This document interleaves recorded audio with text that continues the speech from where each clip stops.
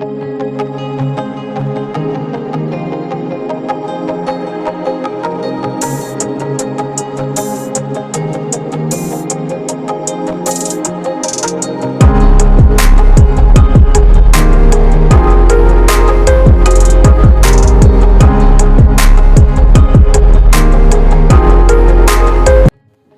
Yes, day to excellent, you. great day to you.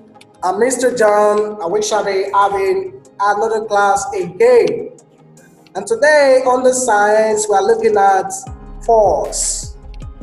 Force is what we are looking at today, and you can see that picture right here. Now, a force is a push or pull acting upon an object as a result of its interaction with another object. That is, a force could be that you push something. For that thing to move, it actually means that force has taken place, and it could be that you are pushing an object upon the other. It means for that object to obey, it means a force has taken place. It's an interaction with another object. And there are various types of force. While forces come in pairs, that is, at times it takes two objects for force to take place. And at times it can even be more forces in an interaction. You can have more forces in an interaction. For example, when you throw a ball into the air, the ball is experiencing the force of gravity, also experiencing the force of friction, and the pushing that comes from you at the same time is also another force. Look at this. You can see this picture here. You see the man in the parachute. It's a force that keeps the man standing in the atmosphere, and it's also the force that is coming from the man that enable the parachute to remain also in the sky. So force coming from the man and the force also coming from the parachute. Now, forces are important because they are responsible for changes in motion. In fact, Isaac Newton describes this in his first law. He says, this law of inertia states that an object continues in its state of rest or motion unless acted on by an outside unbalanced force.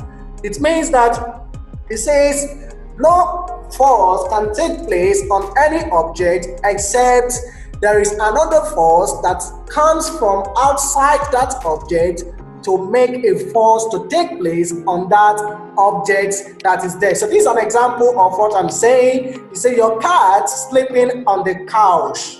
You see this, the cat is just sitting or sleeping right there. It isn't likely to move. That cat will not move unless you apply a force. You see that? The cat will remain there until when it wakes up.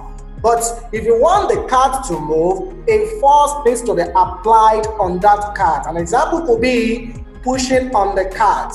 You see now, when you push the cat now, that's a force. Touching and pushing the cat is a force, and that will make the cat to move. And now there are types of force. We have two categories of force. Number one, you have the contact force, and the second one, you have the non-contact force.